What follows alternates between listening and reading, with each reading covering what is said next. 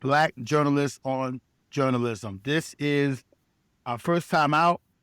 Zori Berry, myself, Donnell Suggs, and we have the wonderful opportunity to interview one of my favorite beat writers, one of my favorite people in the business, Mr. Keith Pompey from the Philadelphia Inquirer. Keith, how are you, brother? Hey, what's up, man? How you doing? Fantastic. Listen, we'll get into last night and how Embiid looked like, the short bet for MVP and all that. But what we want to do with this podcast is create a space for Black journalists to talk about their careers, how they got started, that route. Everyone's got a different route. We've all, in this business, we all got a different route to where we are right now. And I think this should be a space where Black journalists can listen, be it young or old like me, and be able to come in and hear someone else's backstory. Everyone's got a different route, and I'd love to be able to share those stories. Zuri and I thought this would make sense to have a space where we can share those stories for other people, be it young journalists just starting out, or people like us that wanted to hear how our fellow contemporaries have gotten to where they gotten. So when we were thinking of a list, I said, let me start with Keith because that's my guy, and I've been reading him since I was a freshman in school in Jenkintown, Pennsylvania, a long time ago, and I feel like this would be a great place to start. So we wanted to start with you and really, really appreciate you having us. Yeah. That. No, I appreciate that. I really appreciate that. Zori, introduce yourself, please. Well, so my name's Zuri. I've been a journalist for the past 20 years. I was started as a sports reporter, sports producer. I worked for the Boston Globe, the Boston Herald, did some TV editing, did some public radio editing, and now I do podcast production. And this is part of me staying involved, if you will, with journalism and trying to do more storytelling. And so it's so important for me to hear from folks like Keith and folks like Donnell and folks like that we have intending to come on this show, talk about their journey and talk about their path and what they've learned and how to pass that on to the next generation. So that's the big thing for me. That's why I'm here. That's what I'm interested in. And with that, I feel like we can kick it off and get going. So part of my job as the editor-in-chief of the Atlanta Voice is to cover the Atlanta Hawks. So I see Keith about once or twice a year, sometimes 3, depending on how the schedule works. And Keith, you've been working with the Inquirer for almost 20 years. I'd love to hear just you tell us your backstory from school to falling in love with journalism to how you got started in the business, please. Yeah, it's weird. Like, it all started in high school. In high school, I was a part of like the high school newspaper, so I really got into it. But I'm gonna be real with y'all. My father was like, "It's no money in journalism. Like, you know what I mean? If you're Black, you got to be a doctor, you got to be a lawyer." So when I went to Pitt, I took a lot of communication rhetoric classes, and I was prepared to go to law school to a point where I got accepted. And this is a crazy story. Y'all gonna laugh at this one. But my passion was always with journalism. And I was a track nerd. And what happened is I had a complaint at the student newspaper my final semester. And I went up there and the guy said, "I'm tired of you coming here. I'm tired of you complaining. If you want the track team covered, they got a track meet next weekend. You cover it." So what happened is I wrote the story. It was the worst story ever published, ever. Seriously, y'all. Was walking on the yard, crashing like the student union. I went to Pitt, and I saw this co-ed who I always wanted to date, and said, "I read your article, great article. I'm gonna be a reporter." That's it. That's all it takes. That was it. Now, one little bit of affirmation. That's it. I never dated the young lady, but that was like a good enough excuse for me to get started, right? So I'll be honest with you. I graduated. My father was upset. At that particular time, my mom and dad were like separated. And I remember my first, like I had it, I took a job working at the housing office at Pitt because I did not want to go to grad school for this. So I took post-baccalaureate courses and I worked at the housing office at Pitt. And I know y'all probably familiar with the Pittsburgh Courier. Yeah. So I had an internship there, and they let me cover certain things. Shout out to Black newspapers. Exactly. Shout out to black newspapers. That can help me. Yeah, I'm telling you. They were the ones who said, come on, write for us. So I did that. And then I went, I had a fellowship at the Arizona Republic, a Pulliam Fellowship. And then I had what was called a landmark internship, which was a year-long internship. I'm telling you, y'all, I was raw. I didn't know anything. And so my first real job was in Martinsville, Virginia at the Martinsville Bulletin. And they always say you got to have dreams, right? So my dream was always to be the 76ers beat writer for the Philadelphia Inquirer. At the time, Stephen A. Smith was the beat writer. Now, mind you, I told you my mom and dad weren't together. I knew that my mom was coming down to see me live in Virginia. Lo and behold, it was my mom and my dad at the door. I'm shocked Right. because they're no longer together. My dad had a U-Haul van, and he said, pack up your stuff, we going home. You got to go to law school. You ain't going to give up your goal, your dream. And I was like, I'm not. And my mom was like, nah, you're coming home. You're going to stay with me. And I said, Mom, you going to allow me to bring girls in there? You going to allow me to do this? You going to allow me to do that? And she was like, no. And I said, well, I ain't coming home. I said, but I promise you, Mom, I am going to come home one day and I'm going to work for the Philadelphia Inquirer. They thought I was crazy. And like, lo and behold, I want to say maybe 5 years later, 5 years later, I came back and I got a job at the Yankee. What I'm getting from that right now is there's no journalism dream too big for any of us. You can't believe Man, it's too big for you. Otherwise, there's no way you're gonna be able to accomplish it. exactly. You know what it was, y'all? It was one of those things where, well, first of all, I grew up in inner city Philly. I mean, I remember when I was in high school, the high school guidance counselor told my mom that I wasn't college material, that I need to do shop. And my mom was like, nah, y'all crazy. Y'all got my son misunderstood, right? So it was always, felt like I was the underdog.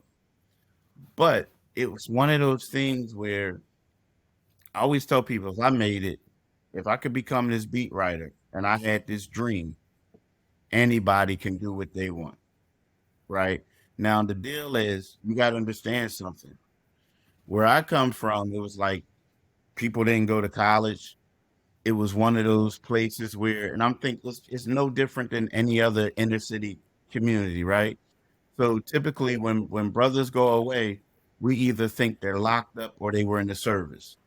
You got to keep reminding people, like, nah, I'm in school. I'm in school. So it was that type of situation.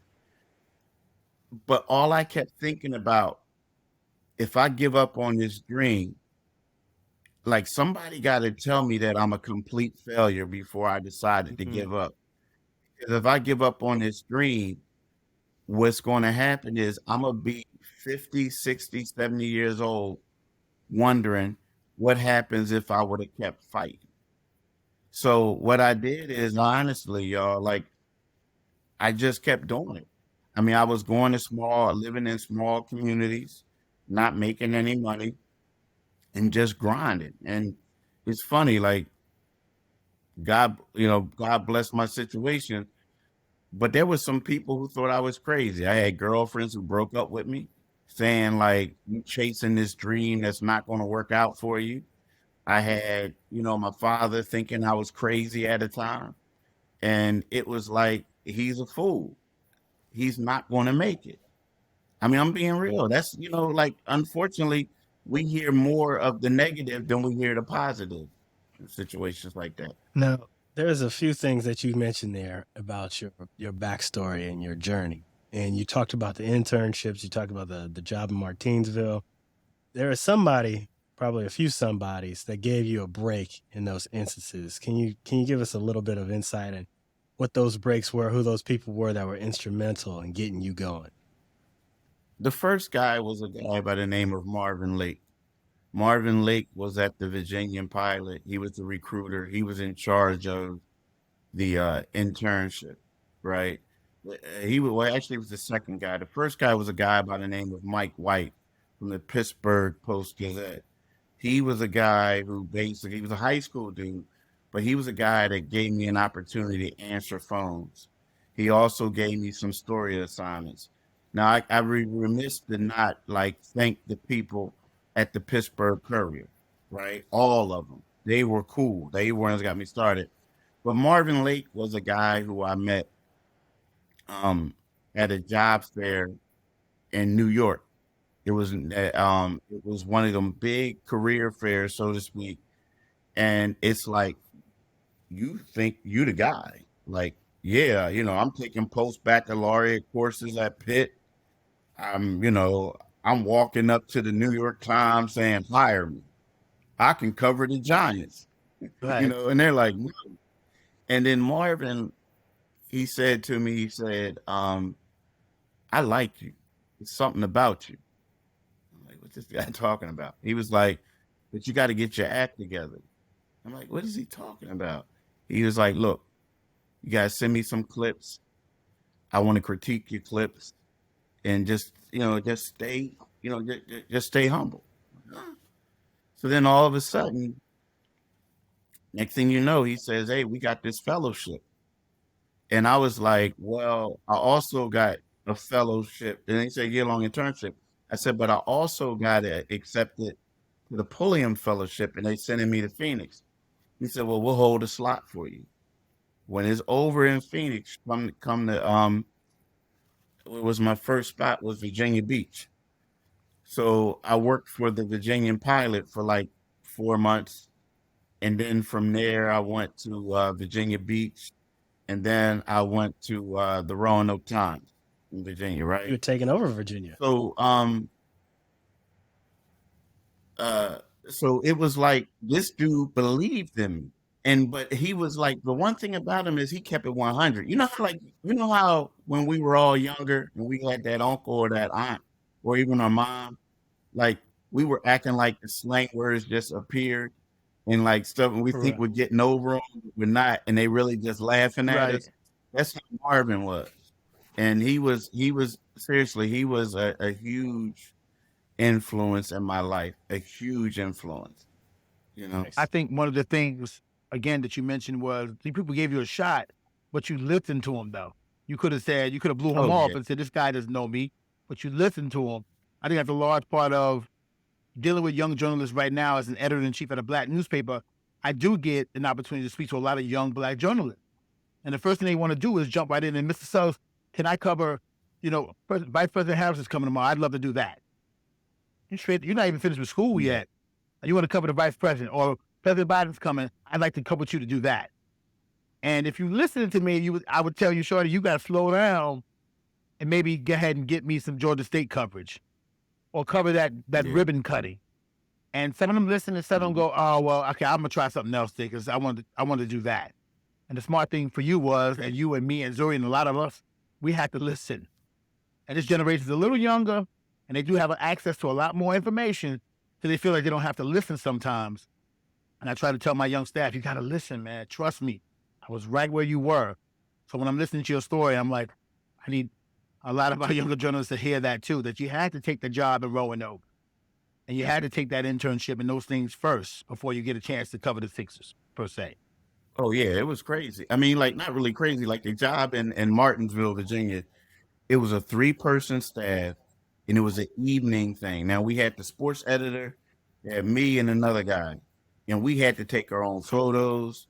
We had to the way the job went. We had to be there at like 4 a.m. and we had to lay out the paper. Right, you do all that, and then after you lay out the paper and do everything, 'cause it was afternoon paper, then you would go out on assignment and like go to practice or cover a game and this and that. So there was really no deadline per se. But when you look at it, I mean, we weren't making any money, but we were actually making less when you added up the Right. hours. What it was. So that was like the start. That was the start. But I would be remiss. There's another brother to this day who is my mentor. and his name is Paul Mitchell. He's been my mentor for like 30 years. And he was the one who basically told me, "You're not good enough." I mean, he kept it real with me. He said, "You keep saying you want to be a beat writer, but you're not good enough. You don't have what it takes." And he would always bring up a guy by the name of Mark Spears. And, you know, a lot of people know Mark. Well, He was like, "You're not on Mark's level." And I'm like, "Well, who the heck is Mark?" And he was like, "Mark covers the Denver Nuggets, and Mark does this, and Mark does that." And I mean, his keeping it 100 with me was kind of like the best thing that happened. And I'm gonna tell you this: what he did is he made me say, "Am I ready yet? Am I ready yet?" And when he gave me that confirmation, I mean, it was weird. Like he even told me that not to take this job, don't take that job, and that's the thing that really helped me out a lot. But I'm telling you, he was. I didn't know Mark from Adam, but he was like, "You're not like you ain't on his level. You ain't on his level." And I think when you get stuff like that, it helps you because he kept it 100 with me, and he still does to this day. Keith, it sounds to me that you had a real humbling experience there, but beyond that, you also buckled down and worked on your craft. And I want to hear what your Mhm. thoughts are on what that took and what that process was like, just thinking about your craft down to everything from how you write your game stories and how you write your commentaries and sentence structure, all of that. I mean, it seems that we don't get into those weeds enough with some of these young people. And that's something that it sounds like you took time on. Oh yeah. So this is what I did. And when we talk about that, it comes to a point where a lot of people don't, like you said, they don't do that enough. And it's easier nowadays because of social media, not so, or because of the internet. But what I had to do is there were certain people who, and they were black authors, right? One guy was Nathan McCall, right? Remember the guy, brother who wrote "Makes Me Want to Holler" and stuff like that. So what I did is I would read his books. That was nothing. But then also what I would do is I would try to get as many newspapers I could, and I would just read them. And then after I would read them, I would store them away. Like seriously, I had a cabinet, and I still do. Heck, I still do to this day. I have a cabinet of old newspapers, and what I would do is, what I would do is, I would go back to them and I'll read old articles that I had, and it wasn't of me. It was always of, okay, breaking news: a player is caught up in like a homicide or something like that. So I would read that to see how this person, you don't plagiarize it. You read it and you will see how they get into the story. Or like another thing, contract negotiations. You know, all this stuff. So I would just read as much as I could to see how people go about it. I also would study how, when I would went places, I would study how the beat writers and all these other people conducted themselves, how they asked questions, like, you know, who was had stuff in the notebook. You know what I mean? Things like that. And I always asked 100 questions. It was one of those things where I just wanted to learn as much as I could. I'm saying though, Keith, you studied the craft though. It wasn't like you were just because you got a job in it and you've accomplished that, you didn't stop learning. Just like Mm-mm. you were learning in school, we're still learning right now. Yeah, Because every year you covering the team, but the team changes sometimes. Yeah, eventually it's going to change again. The key players will move on or whatever, and then you'll have to do that again. There's more studying. I think it's important that exactly. we tell our brothers and sisters, you got to keep studying though. It's not over just because you're getting a check. Bingo. You're right. Let me ask you this to sort of transition a little bit. When did you get your start at the Philly Inquirer, and when did you transition to the NBA beat? And Okay. to really ask you about that beat, I want to get into like when did you actually catch your rhythm on the beat? Because I know that's a big part of moving to the pro sports level. Yeah, you know, so I got hired at the Inquirer in 2004. And to be honest with you, it was, like I said, I got my foot in the door. And again, we got to talk about patience because I covered high schools for a while. I mean, a while. And when I got there, I wasn't even covering like football. Like I was like the the soccer writer, the field hockey writer, all this in South Jersey. And it was like, it could be a little frustrating because you're saying to yourself, like, yo, why can't I cover football? You know? Well, what happened is one day I had lunch with an editor and we were talking basketball and he was like, man, you seem to know a little bit about basketball here. And I was like, yeah. He was like, well, you want to be the high school basketball writer? And I was like, sure. And he was like, so that's how that happened, right? So then all of a sudden, I became the small college football writer, right? Covering like Westchester, Villanova, like the small college teams. And then one day, um, Mike Days, who used to be the editor of the Philadelphia Daily News, who came to the Inquirer for a little bit and was the managing editor for the Inquirer. One day we had lunch and he said to me, he said, what do you want to do? I said, man, I'm a Philly kid. I want to cover Temple basketball. I want to cover Temple basketball.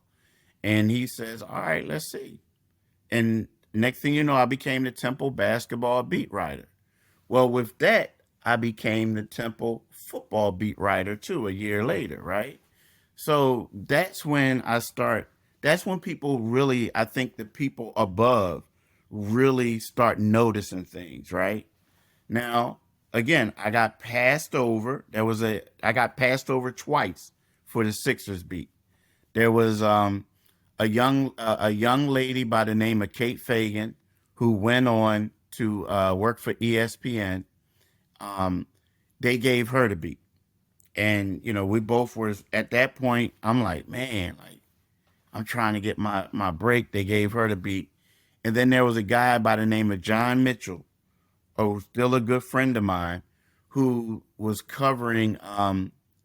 He came here to be a GA writer. He used to be an NBA writer, but he wanted to be a GA writer. Like he wanted to spend more time with his children and all this stuff.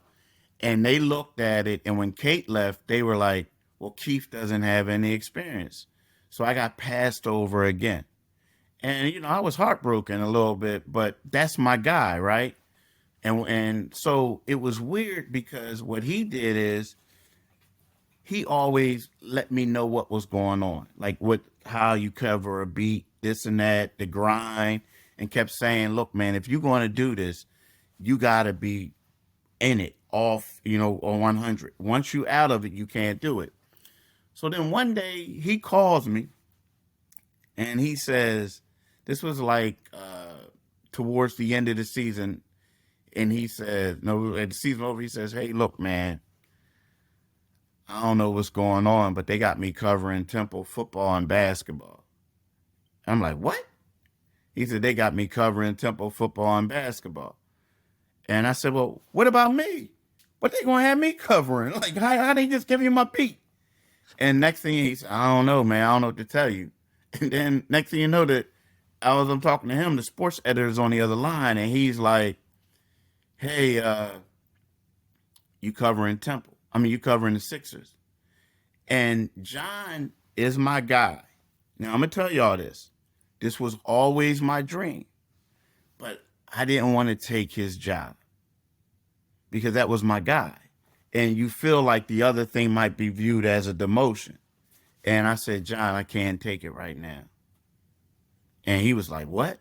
I said, John, I can't take it. This was what, 2013, like right before they got Sam Hinkie in the process. And I said, I can't take it. And he said, dude, you mean to tell me you waited all these years to get this beat and you ain't going to take it? He said, I'm telling you, if you don't take it now, you may never get it. And I was like, but John, how they going to do you like this?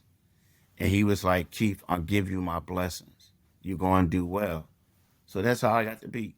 Um, Sorry, like if I'm getting a little, because it was like my dream. But if it wasn't for another brother, first of all,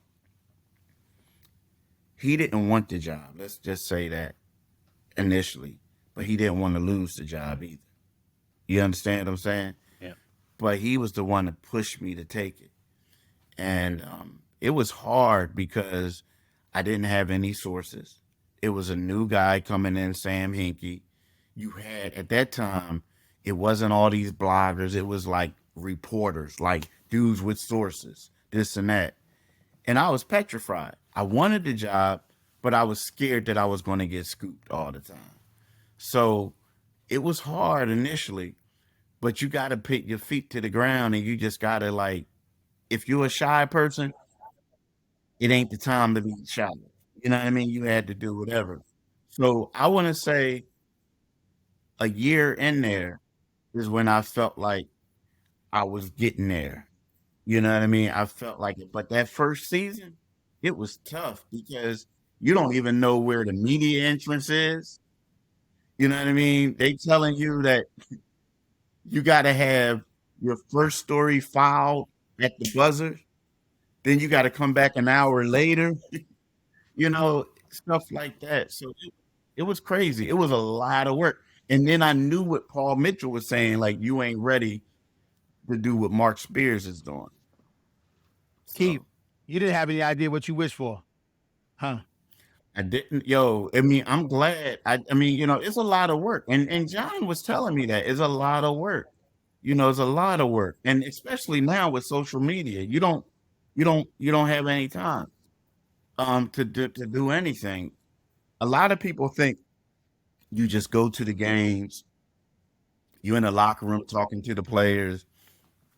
They think all that stuff, but it's a tough job, man, especially if you do it the right way. Because people, if you write the truth, people respect you, but they don't always like you. You know what I mean?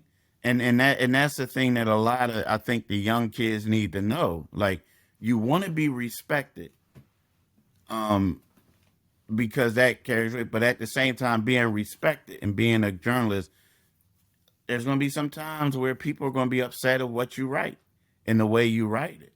And also, people need to know that, this isn't an 8-hour job. If you think it's an 8-hour job where you just show up and, like, you punch in the clock, it ain't for you, because you got to get up early.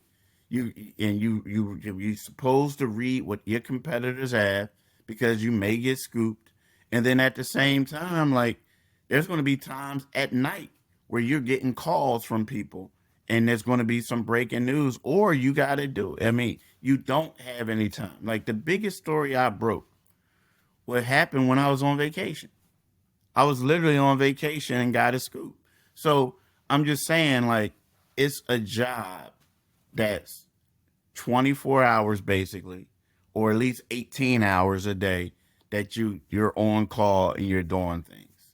Keith, talk about how covering high schools actually helped you in that, because I know people don't think covering high schools, that ain't like covering the Sixers, but you have to make those relationships when you cover high schools, and they're a lot more intimate. When you talk to the coaches, you don't talk to the players, they see you around town sometimes, depending on how small the paper is. I bet that helped a whole lot with ultimately covering one of the biggest clubs in the city and one of the biggest sports towns in America. It helped a lot, but it also, in addition to, like, making relationships and building stuff, it also makes you a better reporter. Like, I mean, you think about it. Like, when you want to go to high schools, you, like, the high school writers, they gotta do everything old school. Like, high school writers, you got your notepad, the game is going on, you going through it, right? You know what I mean? You're looking up, you're going through it. You go back. When you cover a pro beat or a college beat, you got dudes up there just sitting there, like, tweeting, talking, doing this and that. I mean, half the time they don't know what's going on. Some people, it's just, they're just there. But when you go to high schools, you don't have that luxury of somebody taking stats for you. You have to go out there and do it your own self. So I think that makes you a reporter. It also forces you to to have relationships and build stuff with people. You know what I mean? Get a rapport with people. But without high schools, I wouldn't be the person that I am today. I just wouldn't, because that's how today, like there are certain times on the pro beat, you don't like take as many stats as you used to. But when high school, you got to do everything. And there's also some character too. How many times you were in a high school and you like after the game, at least back in the day, hey, y'all got a phone line? Y'all got somewhere I can go and I can file a story, or one of those where, oh man, my deadline's in an hour, but I got a 30-minute drive to get to the office or somewhere. So you in a You like McDonald's Google. parking lot somewhere.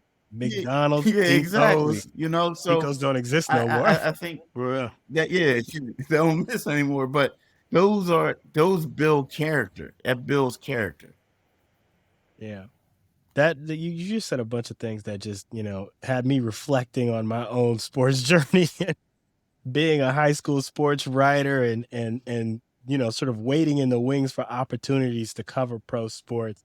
There's so much about that. And there's so many young people that have been able to skip a few steps in that respect. Right? I think that for our generation, and I would put us in an older generation, feel as if, there is a progression sometimes to these career arcs, meaning high schools, colleges, then pros.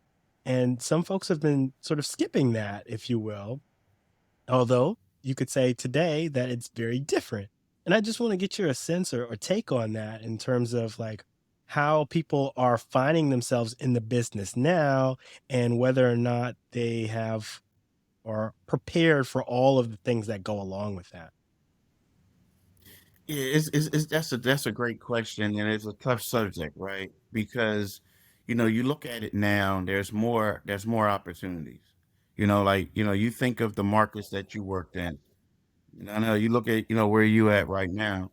Let's just think. Before there was the AJC, there was a couple smaller newspapers in the area, and you had people who were there for years. Now they have these startup websites and stuff like that, so it's easier for people to get a job and do things, right? But I also think that sometimes with that comes, you have some people who are more fans than reporters, and they don't know the difference, Say it, Keith. Say it. right? They don't know the difference. I don't know. I'm happy for some people that they're able to get these opportunities, but at the same time, sometimes I feel like they need to pay their dues, because there was a point in time you had to work at a smaller paper for at least 5 years before a bigger paper to look at and I just look at it now that I feel like sometimes some of these younger reporters, again, they don't know, but I feel like sometimes the teams that they cover look at them to be the spokesman for them, as opposed to being an objective reporter. Let me just And say this real quick because I think this is interesting that you say that. One of my good friends, Gary Washburn, who's at the Boston Globe now, he and I Mhm. go way back from my time there, and one of the things that he remarked upon was all of these different bloggers, digital startup folks, whoever, all these new people, new media folks that are in the locker rooms now, and a ton of them are just standing around in the locker room, just taking up Yeah. space, because they don't understand to work a locker room. They don't know how. They haven't done it. It's not something what they know is, oh, this person is, available to speak. So I'm gonna put a microphone in their face and, opine on what they say and maybe throw in a good question or two. But they don't know, for instance, like you or maybe Mark Spears. Mark Spears is wonderful at this, of how to work a locker room and really, get some new nuggets and information out of people in a way that people who haven't understood how to finesse these situations, they just don't know, because they didn't have the experience in high school. They didn't have the experience with college. They didn't do that. They've been a fan their whole life, and they've gotten this opportunity to write for a website. So I'm trying to get a sense of like, this problem that we have with, there's more opportunities, but also are they getting the experience, and how can they get up to that speed, to that level? Are they not learning from others like yourself within the locker room of maybe how to carry themselves? You know, they're not. I mean, it's tough. Like you would hope that they would, but he's right. And matter of fact, I saw Gary last night at the game, but you know, it's like to a point where he's literally there are people staring there, staring at in the locker room, staring at the athlete. They don't walk up now. They'll walk up to the superstar athlete, but the other people they just look at them. It's like they don't try to make relationships. A lot of them. I mean, it's kind of like they don't go in there pregame. It's more or less. It's sometimes it's best to get a social media video of a guy working out than being in the locker room building relationships with other people. You know, it's tough, man. And I don't know how they correct that. I mean, I know how to do it, but I don't know how they will because I don't think some of them want to. You know, see the problem nowadays with media, and I get it with the aggregation and everything, but I feel like certain people who do a lot of the aggregating feel like they don't have to build a relationship. Like they'll wait until somebody tweets it out. And if that person who tweets it out is a reputable reporter, then I'll go with it. You know, I'll just say, according to ESPN, according to the Boston Globe, whatever publication, and I'm going to get hits off of that article. But I'm not doing the legwork to build the relationship so I can make sure that I can get it confirmed or I can break it. It's like they don't care anymore. And to me, that's one of the biggest downfalls with this industry now. You know, it's like how many times where you see, and everybody does it. We all do it. I mean, every publication. Whereas if ESPN has something or someone else has something, as Gary Washburn has something, the next thing you know, it's in the Philadelphia Inquirer or somewhere else saying, according to Gary Washburn, this happened. You know, and it's I don't know. It's a little disheartening because I remember before where it was real competitive and that everybody wanted to do their own work. Now you just want to get videos out, get tweets out, and basically rewrite what somebody else said. Keith, I can't tell you how many times up until actually last Saturday night, where I'm in the scrum, and there's 30 people in the scrum, but only 3 of us actually asked the question. But later on that night, my quote, someone else's quote is included in someone else's story. And you know for a fact that person did not only not ask a question, didn't even contribute to that whole situation, really. And yet, you know, that blog or that website has a game story or has a post-game story. And you're like, I know that guy or that girl, and you didn't even do anything. You just chilled out and waited for us to kind of get the thing going. And it's legal. It's legal. We're talking out loud. I'm just saying that's why sometimes I'll go left, I'll go right from the scrum and go talk to this person or that person just to shake it up a little bit. And I want young journalists to know you can shake it up. It's not always about Embiid. You can go talk to somebody else. There's more than one player that game. And I think conversations like this are important to let them know you can go the other route too and get a good story out of it. Yeah, and also what they need to do is that's why it's important to build these relationships because, you know, it got to a point where Embiid now, if I really need something after the scrum, when he says, they say, all right, last question, he's done. I go up to him and say, yo, Joe, I need you. I got 2 questions. And I'm like off in the corner whispering and like, hey, I need this. He gives it to me. Tobias Harris, you know, when he does his walk-offs, AT, can I get something? You know, a couple other people. But see, you only get that when you build that relationship. Like if you that dude that's in the locker room just staring at him and you're not saying anything to him, nah, you're not going to get it. So that's why it's important to do that. And also people need to realize, and I found this out from like Ramona Shelburne and other people, you know, people that we all know, right? One time, one dude said to me, like, Pompey, like, no offense, but why you always asking all your important stuff in the scrum?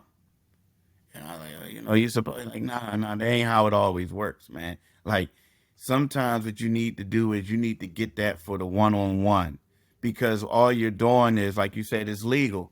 You're filling up everybody else's notebook. And nowadays, unfortunately, like, let's face it, um, we work at publications to where it's one of those points where that stuff might run tomorrow, the next day, but it's already all over Twitter because somebody else had it. Nowadays, people might even sit at home, not even in their place, Uh, and tweet your stuff. So, absolutely. young reporters need to know it's important to build relationships and it's important to always get these one-on-ones with these players And I think and something you coaches. just mentioned there is just speaks to the competitive nature of these beats, right? We're still in Hmm. competition with rival newspapers, TV outlets, radio, etc. We're all in competition in these arenas, particularly when it comes to sports. And I think that sometimes is underplayed. It's like we're all just doing this. No. Some of us want to be better than others. And you mentioned something about being a primary source versus a secondary source. Let me tell you something. All the love goes to the primary source. Whether or not people want to believe it, whether or not they think it's easier to just be that secondary source, all the love still goes to the primary source. And so if you're doing that work, everything is going to start flowing toward you. And I think that's represented in your work in particular, Keith.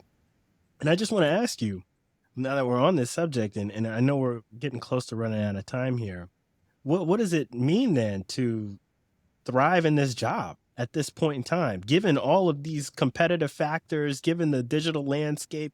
I mean, you got startups like The Athletic out there, you got all these different things that are out there.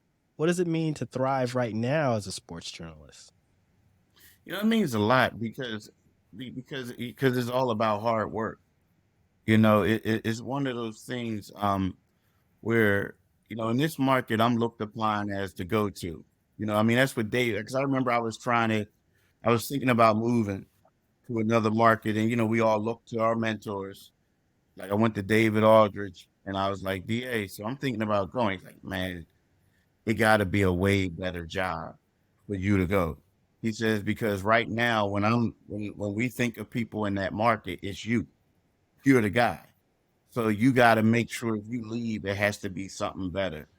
Um, but it makes you feel good because when you look at it, people don't understand this, and this isn't a knock. This isn't a knock. There are certain reporters who you have to work hard to get the news. I'm one of those reporters. There are other reporters because of their profile, and again, this isn't a knock, but because of their profile, they're given the news. You know what I mean? Like you got to go out and get the news where they're handed the news. So you're not going to always scoop them.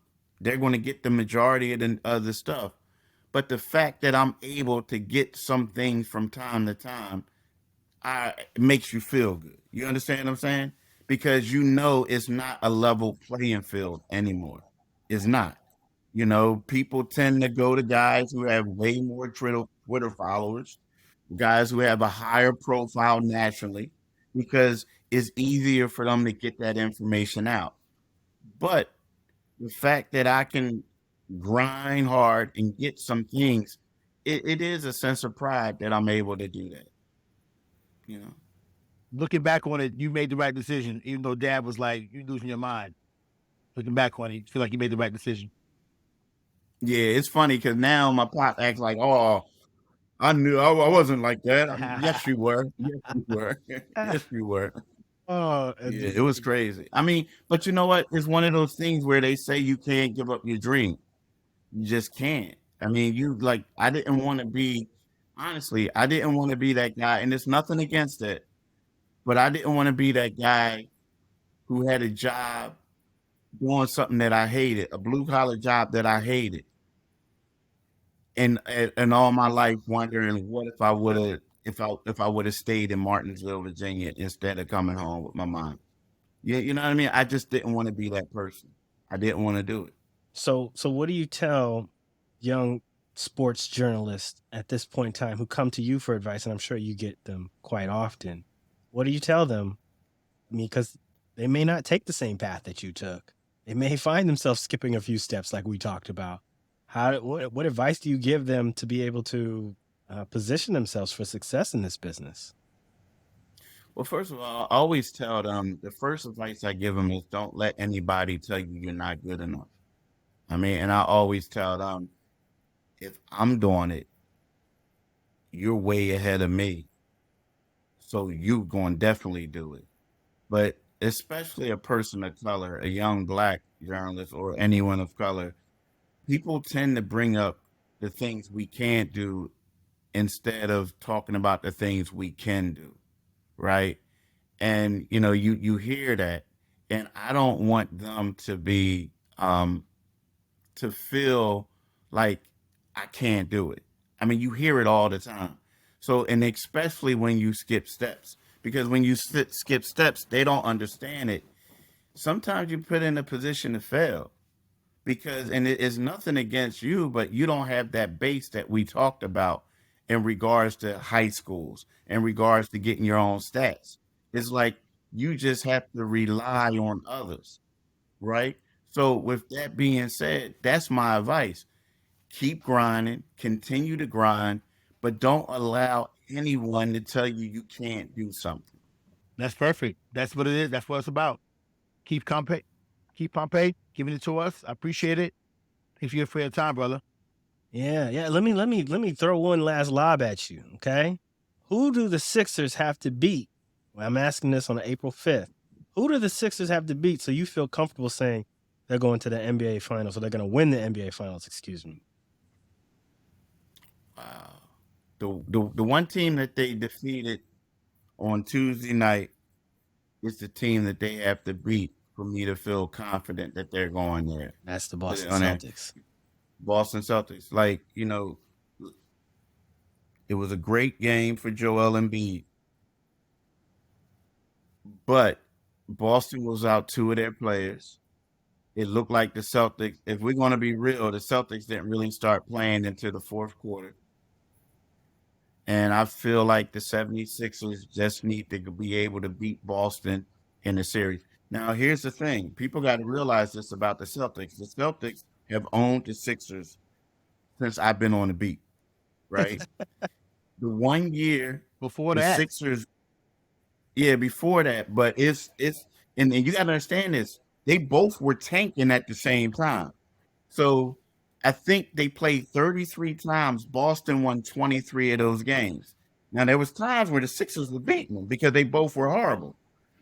The 1 year that the Sixers had a 3-1 advantage, and this is when they both were good, Boston swept them in the playoffs. So you understand? It's like what we saw last night was great, but I believe that they got to beat the Boston Celtics at full staff, and somebody other than Joel Embiid has to step up for me to say this team has a chance. Keith, it's been a real pleasure chatting with you and even talking a little sports too. Keith, we appreciate you, brother. I appreciate y'all for having me on.